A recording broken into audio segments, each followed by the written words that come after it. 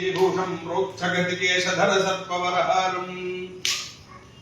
जय बाला महात्रिपुर सुंदरी माता की जय। सद्गुरुनाथ महाराज की जय। மாசி மாசத்துல புதன்கிழமையில தேய்பிறை அஷ்டமி சுக்கிர ஹோரையில சிதம்பரம் நமது ஸ்ரீ வித்யா பாலாபீடத்துல ஸ்வர்ணாகர்ஷண பைரவ ஹோமமானது இப்பொழுது பூர்ணாகுதியாக போறது. நிறைய காலங்கள்ல சுமார் 2017 சமயங்களிலிருந்து நமது ஸ்ரீ வித்யா பாலாபீடத்துல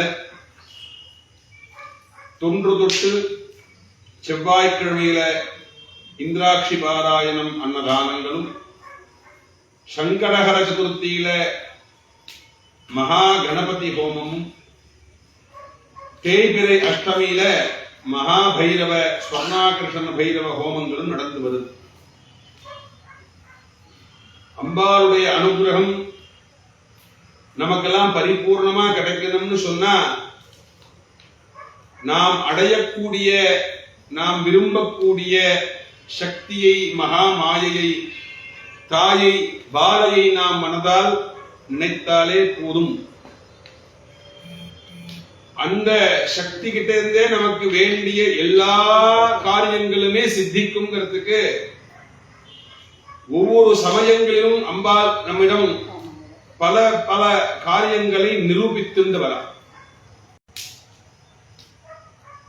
முதல் விஷயம், தெய்வத்தை அப்படின்னு சொன்னா நம்ம என்ன நினைக்கிறோம்னா, ஒரு காரியம் நடக்கணும் அப்படின்னா நம்முடைய இஷ்ட தெய்வம்னு ஒண்ணு உண்டு, குல தெய்வம்னு ஒண்ணு உண்டு.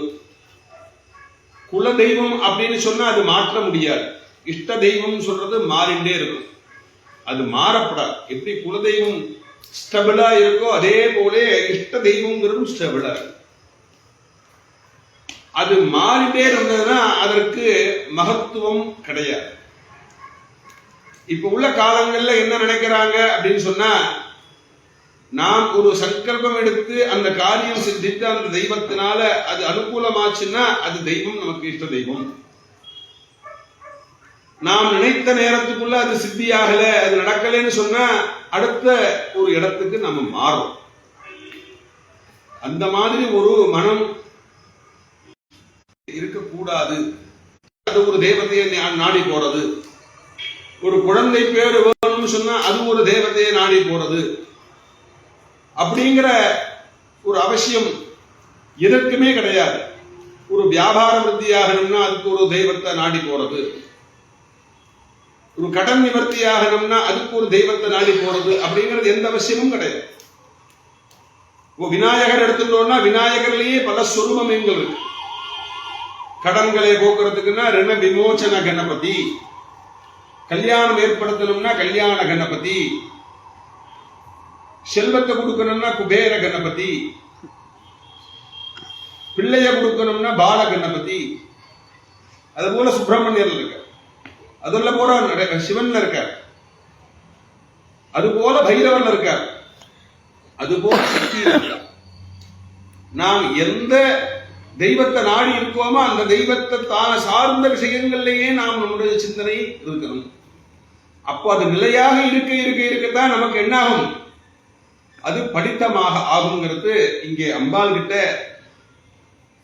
பாலை கிட்ட வந்தவா திருமண பிரார்த்தனைக்காக வந்தவாளுக்கு திருமணம், குழந்தை பேருக்காக வந்தவாளுக்கு குழந்தை பேர், வாழ்க்கை முன்னேற்றத்திற்காக வந்தவாளுக்கு வாழ்க்கை முன்னேற்றம், செல்வ செழிப்புக்காக பிரார்த்தனை பண்ணவாளுக்கு செல்வ செழிப்பு, இப்படின்னு ஒவ்வொரு காரியங்களுக்கும் தனித்தனியாக ஒரு விஷயமாக இல்லாமல் தானே சகலமுமாக இருந்த அம்பாள் இங்கே அனுகிரகம் பண்ணிட்டு வரா.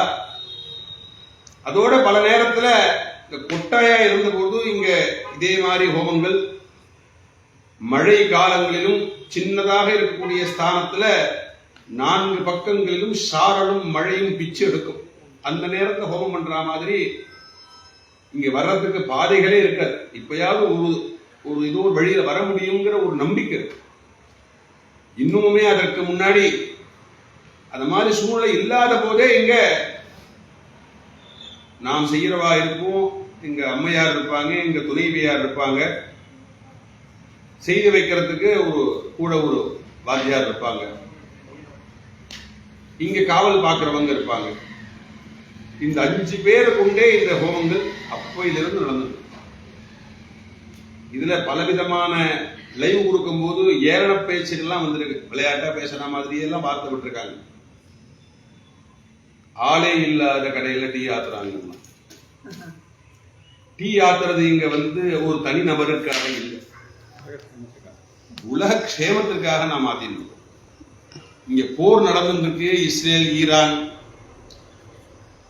அமெரிக்க போர் நடந்துருக்கு. அது முடிவுக்கு நமக்கு வேண்டிய சகாயங்கள் ஏற்படணும். நமக்கு ஒரு அபாயம் வந்ததுன்னு சொன்னா தெய்வத்தை நம்புறோம், தெய்வத்தை பிடிச்சுக்கிறோம். அதே அபாயம் நமக்கு தீர்ந்து போச்சுன்னா நாம் அதை நம்ம ஃபாலோ பண்றது இல்லை. இது இல்லாம மக்களுக்கு ஒரு ஒருமித்த மனதோடு தெய்வத்தின் மீது ஆணித்தனமான ஒரு பக்தி நம்பிக்கையோடு இருக்க வேண்டும் அப்படின்னு தான் இங்க முழுமையா பிரார்த்தனை பண்ணிட்டு இருக்கோம். இனிமே பாலாபீடத்துக்கு யார் வருவாங்கன்னு நினைக்க வேண்டாம். எப்படியாவது பாலாபீடத்துக்கு வீட்டில் உள்ளவங்க அழைச்சிட்டு வந்தாதான் ஒரு சாக்கு வச்சுன்னு பக்கத்துல இந்த ஜேகேஆர் டெக்ஸுக்கு போயிட்டு போகலாம், இந்த கஸ்தூர்பா கம்பெனிக்கு போயிட்டு போகலான்னாது ஒரு பர்ச்சேஸ் பண்ணிட்டு போகலாம், ஷாப்பிங் பண்ணிட்டு போகிறதுக்காக அதை காரணப்படுத்துறதுக்காவது இங்கே சிதம்பரத்துல நம்ம பாலாபீடத்தை நாடி அவசியமா ஒரு காரணப்படுத்திட்டு வர்றதுக்கு நிறைய வாய்ப்புகள் உண்டாகிட்டு தான் இருக்கு.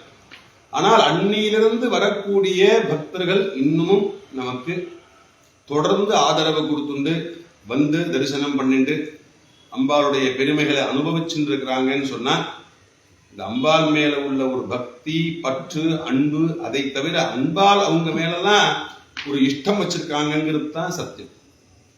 திருவாச்சகத்திலே உண்டு, அவன் அருளாலே அவன் தாள் வணங்கின்னு சொல்வார்.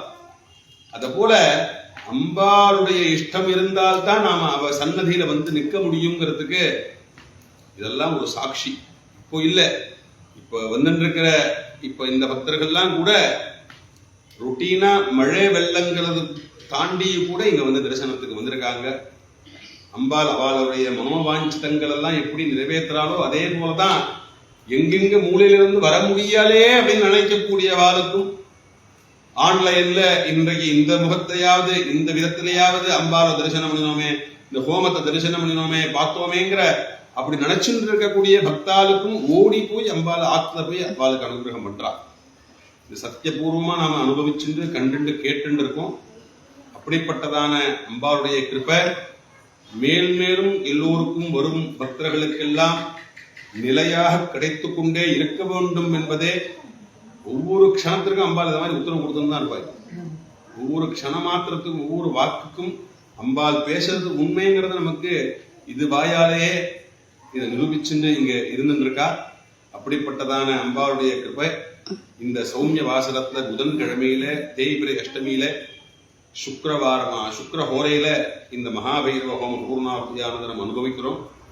மேலும் மேலும் சகல க்ஷேமங்களும் வருபவர்களுக்கும் பக்தர்களுக்கும் பாலாவுடைய நினைவாக அம்பாளையே நாடி பிரார்த்திக்கக்கூடிய அத்துணை பேருக்கும் மனோவாஞ்சிதங்கள் எல்லாம் சித்தியாகணும்னு பிரார்த்தனை பண்ணி இப்பொழுது மகாபூர்ணம். நம பார்வதி பதயே ஹர ஹர மகாதேவ. ஜெய் பாலா மகாசுந்தரி மாதா கீ ஜெய். சத்குருநாத மகாராஜ் கீ ஜெய்.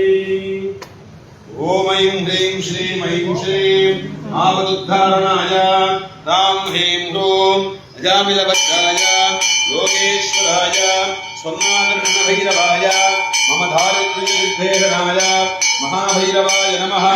ஸ்ரீம் ஹ்ரீம் ஐம் ஓம் பைரவாய வித்மஹே ஆகர்ணனாய தீமஹி தன்னஸ்வர்ண பிரச்சோதயாத். ஓம் பூர்ணாஹுதிமுத்தமாம் ஜுஹோதி.